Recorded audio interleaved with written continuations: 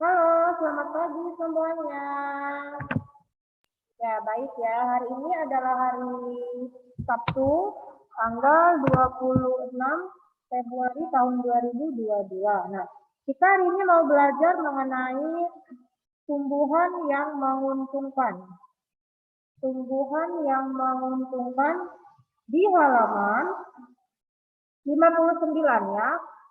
Oke, halaman 59 topiknya adalah tumbuhan yang menguntungkan.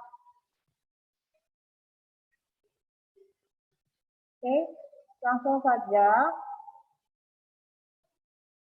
Coba dibaca dulu oleh siswa. Grace Hillary Chen, silakan Grace. Halo Grace. Grace Hillary. Ya, silakan dibaca Grace. Menguntungkan. Tumbuhan juga dapat menguntungkan manusia. Tumbuhan digunakan sebagai bahan makanan. Misalnya buah-buahan dan sayur-mayur. Tumbuhan juga berguna sebagai penyedap rasa makanan. Misalnya cabai, lada, bawang merah, dan bawang putih. Lanjut ya, masih Grace yang baca. Buah-buahan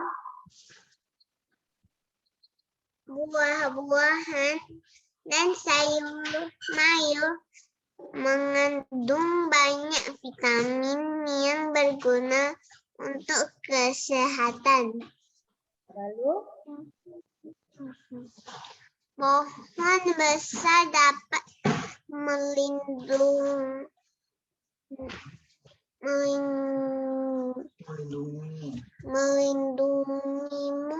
dari teriknya sinar matahari.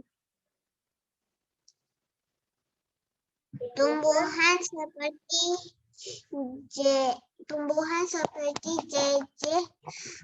kunyit, dan kencur dapat digunakan untuk minuman tradisional.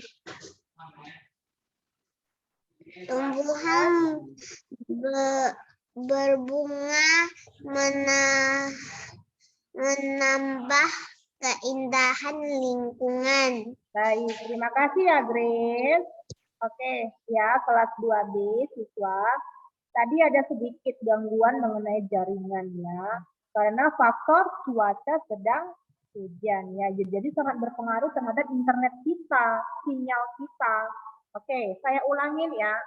Tapi saya minta tolong kepada siswa kelas 2B, duduknya yang tertib. Raymond, yang namanya belajar sayang, tidak ada ketawa-ketawa ya. Duduk, dibuka bukunya, perhatikan ke arah kamera ya. Yang namanya belajar itu wajah fokus ke arah kamera, memperhatikan ya. Tumbuhan yang menguntungkan. Tadi dijelaskan oleh si Grace Hillary Chen, tumbuhan yang menguntungkan bisa dimanfaatkan oleh manusia untuk bahan makanan. Misalnya saja sayur ya atau buah-buahan ya yang baik untuk tubuh kita. Nih, seperti ini. Buah dan sayur mengandung banyak sekali vitamin yang berguna untuk kesehatan kita. Ya, kita manfaatkan sebagai bahan makanan. Kemudian selain bahan makanan atau untuk buah-buahan yang mengandung vitamin, kita juga bisa membuat si tumbuhan ini untuk obat-obatan. Misalnya untuk pembuatan jamu. Pernah minum jamu enggak? Atau dari jahe atau kunyit, air jahe, ini kan cuaca kan sedang hujan nih. Ya kan? Cuaca sedang hujan, kita butuh air jahe untuk menghangatkan tubuh kita. supaya tidak masuk angin. Nah, ya minum jamu atau wedang jahe. Ini sangat bermanfaat sekali untuk obat-obatan tradisional, ya. Selain bahan makanan untuk obat-obatan tradisional, misalnya pembuatan jamu. Suka minum jamu tidak anak kelas 2B? Yang suka minum jamu boleh cek nih. Nah, ya jamu sehat untuk anak-anak ya.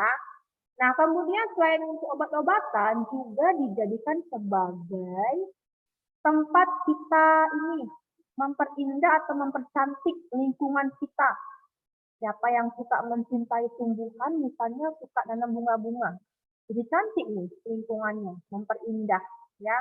Jadi kalau misalnya di rumah bosan di dalam ruangan, kamu lihat sekarang rumah kamu, wah banyak sekali nih bunga-bunga yang tumbuh di dalam rumah kita. Nah ya, bisa apa ya? Ibaratnya bisa memperindah lingkungan dan kita juga enak melihatnya. Ya, berwarna-warni ya. Kemudian cantik lagi bunganya. Jadi banyak sih manfaatnya.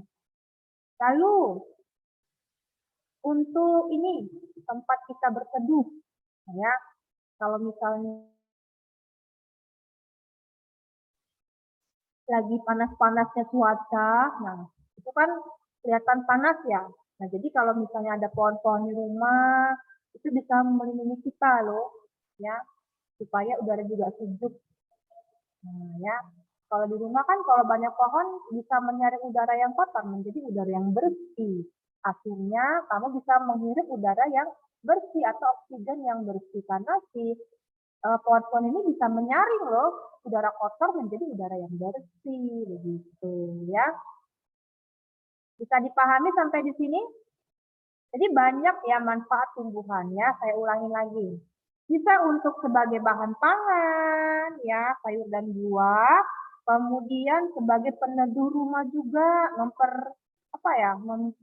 menyaring udara kotor menjadi udara yang bersih. Kemudian sebagai obat-obatan, nah, ya pembuatan jamu kan dari jahe, dari kunyit, dari kencur dan lain sebagainya. Kemudian bisa mempercantik rumah kita.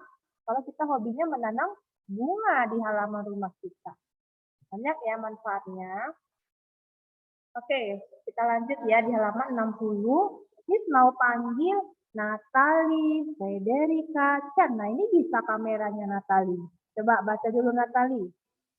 Tumbuhan yang digunakan untuk di halaman 60. Tumbuhan juga digunakan untuk membuat pakaian. Tumbuhan yang digunakan adalah kapas. Tumbuhan kapas menghasilkan buah yang mengandung serat kapas. Iya, tumbuhan kapas tahu Natali? Ini gambarnya. Nah ya, tumbuhan bisa kita gunakan sebagai pembuatan pakaian.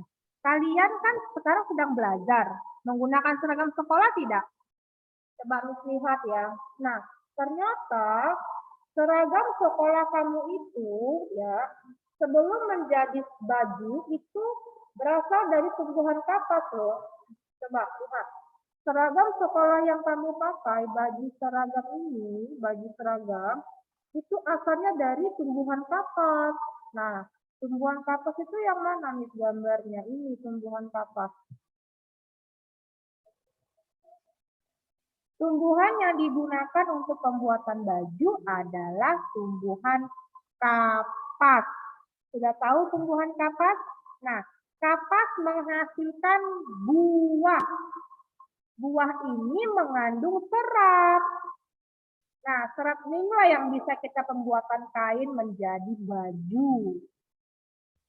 Ya, Jaslyn menggunakan baju seragam. Nah, baju seragam kamu itu dari buah kapas loh, dari serat kapas. Makanya bisa bikin seragam sekolah. Jadi nggak langsung jadi baju, tidak ya. Ada prosesnya ya. Jaiden, Cornelius, Jailin, Jen. Sudah tahu ya Jen? Baju seragam yang Jen pakai ini adalah dari buah kapas ya, yang mengandung serat. Oke. Nah, bagaimana selanjutnya bicara pembuatan baju? Coba baca kembali nih, Jen Marvel. Silakan Jen. Kapas dihitam menjadi benang. Benang kemudian ditenun menjadi kain. Kain dijahit menjadi pakaian. Oke, kapas dipintal menjadi benang. Kemudian benangnya, kita lihat benang dulu ya. Kapas dipintal menjadi benang. Ini benang, enggak? Kemudian benang kemudian ditenun. Benangnya ditenun menjadi apa? Menjadi sebuah kain. Nah, ya, menjadi sebuah kain. Setelah menjadi kain, apa yang terjadi? Kita harus ke penjahit untuk menjahit baju. Oke, saya ulangin. Ini di buku ya. Kapas dipintal menjadi benang. Di benang. Udah, setelah dipintal menjadi benang, kemudian benangnya ditenun.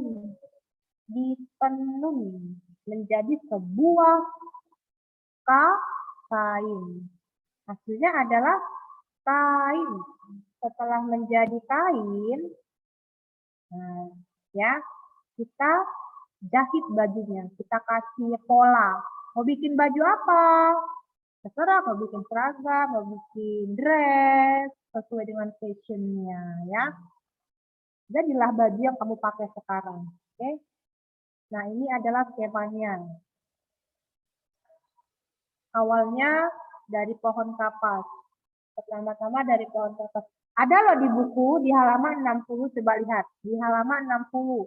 Semua siswa lihat dulu bukunya di halaman 60. Oke, fokus dulu ya. Jangan banyak main dulu. Coba lihat. Oke, sudah? Ya. Awalnya dari tumbuhan kapas, kemudian kapasnya itu dipintal menjadi benang. Setelah menjadi benang, ditenun menjadi kain. Lalu dijahit sama penjahit. Dan akhirnya menjadilah baju yang kamu pakai. Hasilnya baju. Seperti ini. Nah, ini saya jelaskan lagi mengenai proses pembuatan baju. Oke, Miss mau panggil dulu Briela. Mau baca nggak Briela? Proses pembuatan baju. Mau tahu lebih rinciannya? Oke, silakan Briela. Yes, Miss. Proses pembuatan sebuah baju memerlukan proses yang sangat panjang. Proses pembuatan baju dimulai dari pemetikan buah kapas sampai dengan menjahit kain menjadi baju. Tahapan yang harus dilalui dalam pembuatan baju ini, diantaranya ada yang dinamakan proses pembuatan desain atau pola. Dalam tahapan ini, sebuah kain digambar dan dibentuk sesuai dengan pola yang telah ditentukan sebelumnya. Masih Briela ya, aktifkan mikrofonnya. Nah, ini dia. Jadi nggak langsung jadi baju ya Briela. Tidak, ada prosesnya. Ya. Yang pertama tadi apa? Dipintal dulu ya. Si kapas tadi ini dipintal dulu lah jadi benang. Kemudian si benang ini ditenun lagi. Jadi prosesnya panjang ya. Tenun menjadi apa? Sebuah kain per meter. Nah, ya. Kain dulu. Kalau nggak jadi kain, mau jadi apa? Kamu langsung baju Briela kan? Tidak ya, prosesnya panjang. Berwarna-warni lagi. Nah, berwarna-warni. Kok bisa berwarna-warni nih? Ada pewarnanya. Pewarna pada kainnya.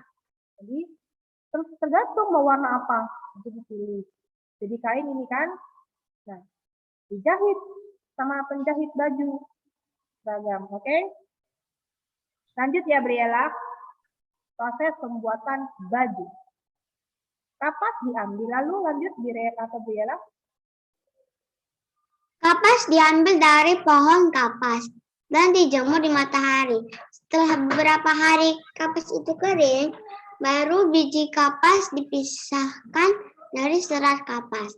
Kegiatan selanjutnya adalah meminta serat kapas menjadi gulungan kapas. Pemintalan menggunakan alat pemintal yang meliputi proses penarikan serat kapas sedikit demi sedikit sambil diputar untuk memberikan ikatan antara serat hingga menjadi panjang tertentu sesuai kebutuhan, kemudian digulung pada tempatnya.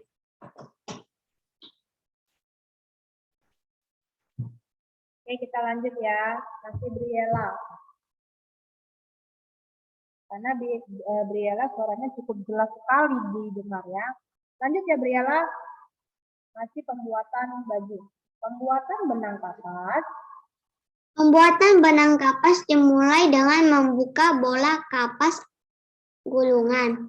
Biasanya pemintalan benang dicampur dari berbagai serat dari bola kapas yang berbeda agar semua bola kapas tersebut. Bola kapas.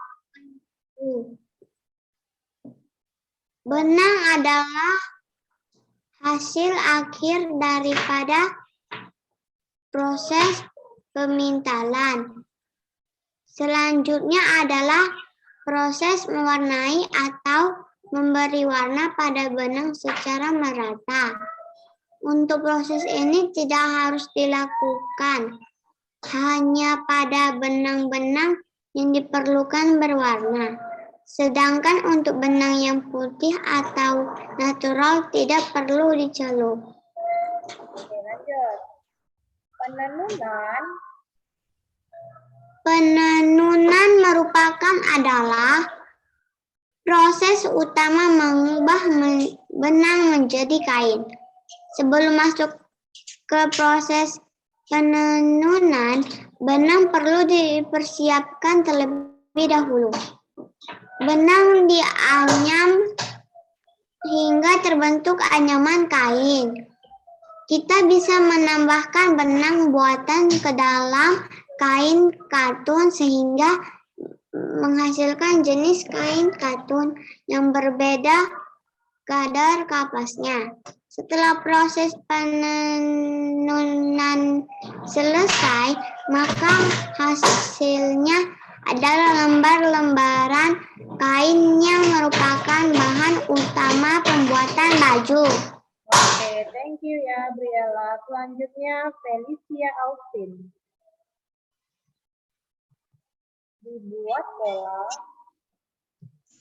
Dibuat pola baju terlebih dahulu.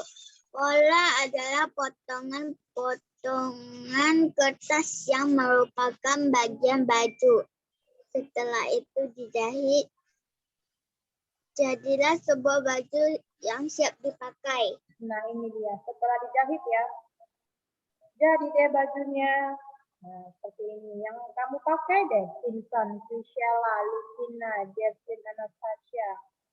Jadi nggak langsung jadi baju ya, panjang sekali prosesnya. Oke?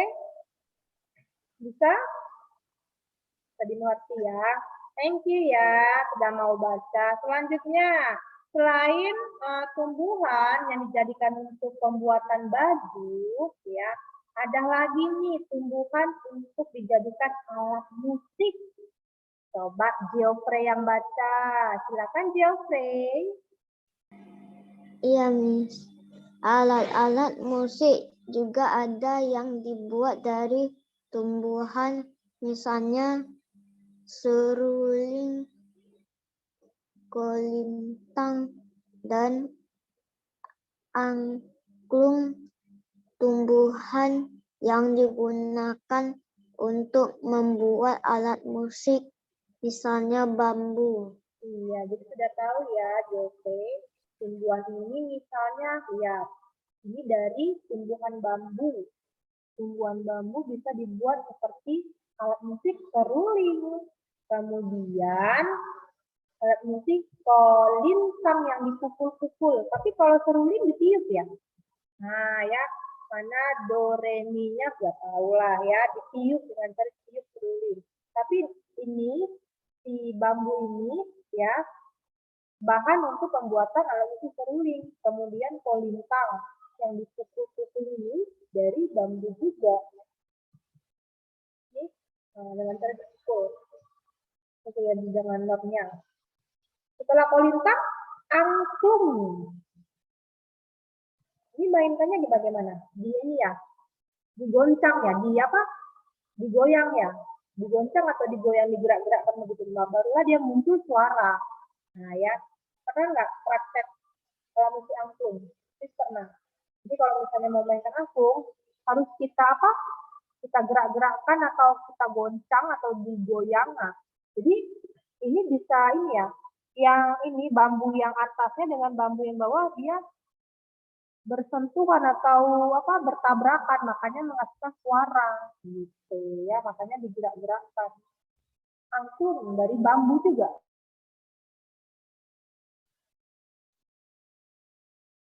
Nah ini yang di buku ya. Alat musik angklung terbuat dari pohon bambu. Ini pohon bambu. Oke, tumbuhan bambu. Banyak sih manfaatnya. Selain untuk alat musik bisa juga loh untuk pembuatan kursi dari bambu bisa. Ada nggak rumah kamu yang ada kursinya terbuat dari bambu? Ada nggak? Ada dari bambu, kursi, meja. Tergantung perabotan rumah tangga yang mau dibutuhkan apa yang mau dibangun. Tapi saya tahu nih, tumbuhan bambu ini bisa dibuat untuk perabotan rumah tangga yaitu kursi dari bambu. Saya alat musik ya, gitu. Jadi ini cuma sedikit aja ya mengenai alat musik. Nah sekarang kita lanjut di halaman 61, tumbuhan yang merugikan. Tumbuhan yang merugikan. Yang penting tadi kalian cukup tahu ya mengenai tumbuhan untuk pembuatan baju, yaitu dari tumbuhan apa?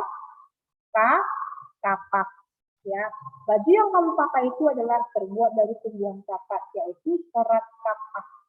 Ya, kapas yang dipintal menjadi benang, benang ditemin menjadi kain. Oke, kita lanjut mengenai tumbuhan yang merugikan. Tadi menguntungkan, sekarang merugikan. Oke. Princesa. Ayo, princesa boleh dibaca. 4. Tumbuhan yang merugikan. Tumbuhan yang merugikan manusia disebut gulma. Salah satu contohnya adalah tali putri. Tali putri hidup menumpang pada tumbuhan lain. Tali putri menyerap makanan dari tumbuhan yang ditumpanginya. Akibatnya, tumbuhan yang ditumpanginya menjadi layu. Oke, lanjut ya. Masih princesa. Baca yang ini princesa. Beberapa tumbuhan ada yang beracun. Jika termakan atau tersentuh bisa membuat kita sakit. Tanaman keladi. Miss, aku punya tanaman keladi, Miss. Yang seperti ini. Iya. Jadi ini nggak boleh dimakan ya. Coba baca princesa. Tanaman keladi tidak boleh dimakan karena bisa membuatmu sakit perut. Yang seperti ini ya, tumbuhannya. Yang daunnya merah-merah ini nggak boleh dimakan katanya. Tapi kalau kamu nekat makan ya, udahlah siap-siap. Jadi sakit. Karena dia beracun. Ini beracun, makanya kita nggak boleh makan. Apalagi princesa yang merugikan. Tanaman jelatang dapat menyebabkan kulit gatal-gatal. Nah, ini pun berbahaya juga loh. Namanya jelatang. Jadi kalau kamu sentuh pakai tangan, kamu nggak pakai sarung tangan ceritanya, langsung kulit kita, misalnya princesa dikasih tahu jangan disentuh, princesa menyentuh dengan jari ya, dengan tangannya lah langsung. Tiap-tiap tangan princesa menjadi merah-merah, sudah merah gatal lagi, udah kamu sentuh yang merah-merah itu makin lebar merah-merah. Kenapa? Karena dia menyebabkan memang kulit kamu itu iritasi dengan si daun-daun ini. Makanya kalau menyentuh si tumbuhan ini menggunakan sarung tangan. Ambil pengaman aja, ya, jadi nggak langsung ke kulit kita. Lanjut princesa. Tangkai mawar berduri, kamu bisa terluka jika tidak berhati-hati memegangnya. Nah, ini tangkai si bunga mawar. Ini juga serem ya. Nah, lihat durinya. Wah, kalau sampai si princesa menyentuh duri ini, bisa terluka, ya, bisa berdarah pun. Oke, karena lihatlah, danger ya, sangat berbahaya sekali. Cantik bunganya, tapi tangkainya. Nah, ya, jangan main-main dengan tangkai si bunga mawar ya. Nanti bisa lah kamu terkena kulit, akhirnya nggak ke rumah sakit. Nah, ya berdarah gitu ya. Karena nggak hati-hati, ceroboh. Oke, princesa, hati-hati dengan si bunga mawar ini. Nah, kalau Miss pribadi, nggak mau sentuh bunga ini. Karena apa? Suatu ketika Miss pernah menyentuh si bunga ini, Miss nggak lihat ternyata dia pada durinya. Ya. Jadi Miss petiklah si bunga tadi ini, akhirnya kulit Miss terkena si duri-duri yang tajam ini. Berdarah pasti berdarah. Nah, seperti itu ya. Nah, tumbuhan tali putri juga merugikan, tapi merugikannya tumbuhan yang dia tumpangin. Nah, siapa yang tumpangin? Ini dia. Biasanya tanaman yang warna hijau nih, pagar-pagar hijau ini, korbannya lah, korban si tali putri. Tahu Kak tali putri? Tumbuhan tali putri yang warna kuning-kuning ini, yang kayak mie. Lukina, tinggal sayang. Duduk ya. Lukina duduk, coba duduk. Nah, seperti itu. Ya, duduk ya. Duduk di kursi. Lihat, duduk yang tegak ya. Oke, kita lanjut. Yang warna kuning ini merupakan tumbuhan apa tadi? Tali putri, Christabel. Christabel. Ini yang warna kuning ini merupakan tumbuhan tali putri. Tali putri ini hidupnya suka menumpang sama si tumbuhan yang lain, tumbuhan pagar, ya. Nah, oleh karena itu, tumbuhan yang ditumpanginya pasti akan layu, yang hijaunya akan layu. Kenapa? Si tali putrinya sudah menumpang, dia makan lagi, ngambil makanannya si tumbuhan yang warna hijau ini. Nah, ya, makin banyak dia tumbuhan tali putri, makin layu lah tumbuhan yang ditumpanginya. Bahkan bisa mati. Ya, makanya dibilangnya tumbuhan tali putri adalah tumbuhan yang merugikan oleh tumbuhan yang warna hijau ini. Oke. Nah, seperti itu. Oke. Ini sudah saya kasih tahu ya mengenai gulma atau tali putri. Coba siswanya melihat di halaman 62. Tumbuhan yang merugikan sudah saya jelaskan. Halaman 62 coba lihat. Halaman 62 masih ada waktu ya. Ada kuis kan? Kuis. Nah, lihat. Kamu suruh isi nih, suruh isi nama-nama tanaman yang menguntungkan. Oke ya. Coba Miss panggil dulu Hiskia. Hiskia. Halo. Hiskia. Saya cancel ya. Kelamaan saya panggil nih. Halo Hiskia. Hiskia. Ya, Miss. Baca dulu nah, tanaman di sekitarku. Kita saling menghormati, kita saling menghargai, ya, tidak bercanda yang berlebihan. Tanaman di sekitarku. Oke, saya cancel ya, karena Pak Hiskia di ruangan yang memang suaranya lebih dari Hiskia. Ya, ada suara-suara lain. Saya nggak mau. Saya mau suaranya yang tenang, hanya suara siswa saja yang saya dengar. Saya nggak mau ada suara-suara yang lain ya. Karena ini kan direkam. Saya panggil yang lain saja. Kau dulu, silakan kau dulu.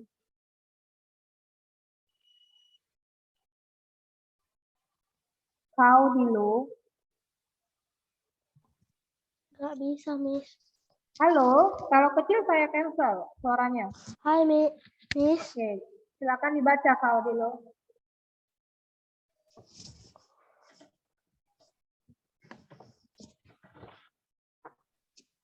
Kau dulu, bisa? Tanaman di sekitarku. Tanaman di sekitarku. Sediakan alat nama tumbuhan.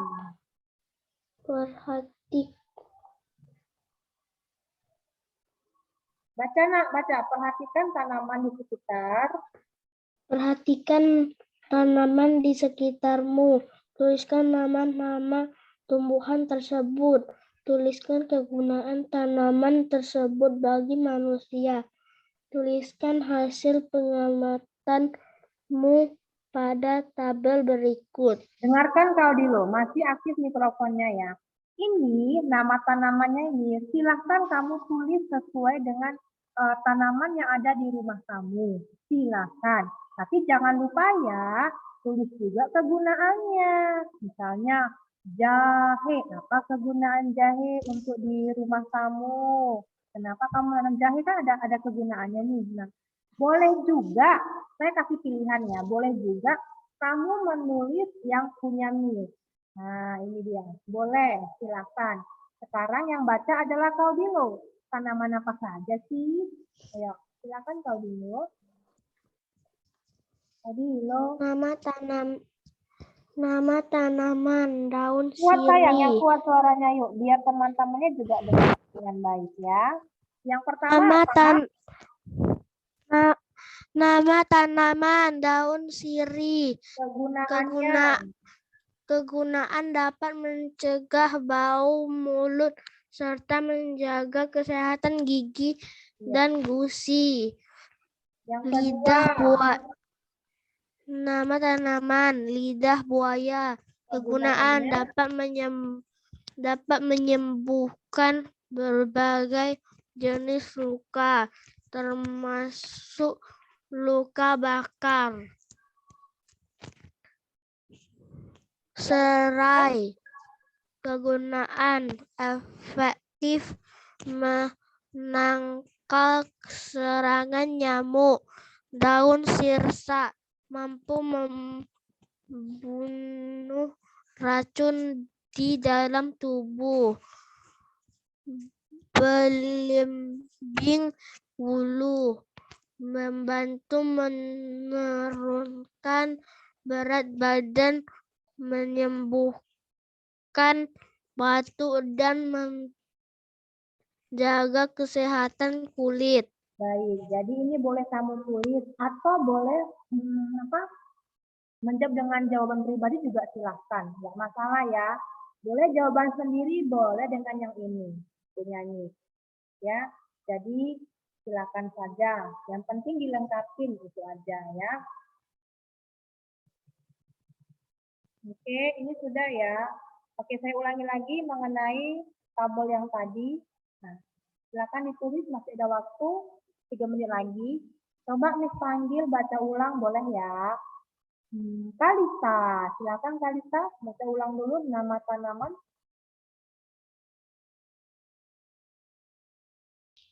Yes, Miss. Nama tanaman yang pertama. Nama tanaman daun sirih. Kegunaan dapat mencegah bau mulut serta menjaga kesehatan gigi dan gusi. 2. Lidah buaya. Kegunaannya dapat menyembuhkan berbagai jenis luka, termasuk luka bakar. 3. Serai. Kegunaannya efektif menangkal serangan nyamuk. 4. Daun sirsa mampu membunuh racun di dalam tubuh. 5. Belimbing bulu. Kegunaannya membantu menurunkan berat badan, menyembuhkan batuk, dan menjaga kesehatan kulit. Iya, selesai ya. Sampai di halaman 62. Mengisi tabel, oke? Jadi, karena waktunya sudah mau habis, kita akhiri dulu ya. Sekian dulu dari saya. Selamat pagi. Bye-bye.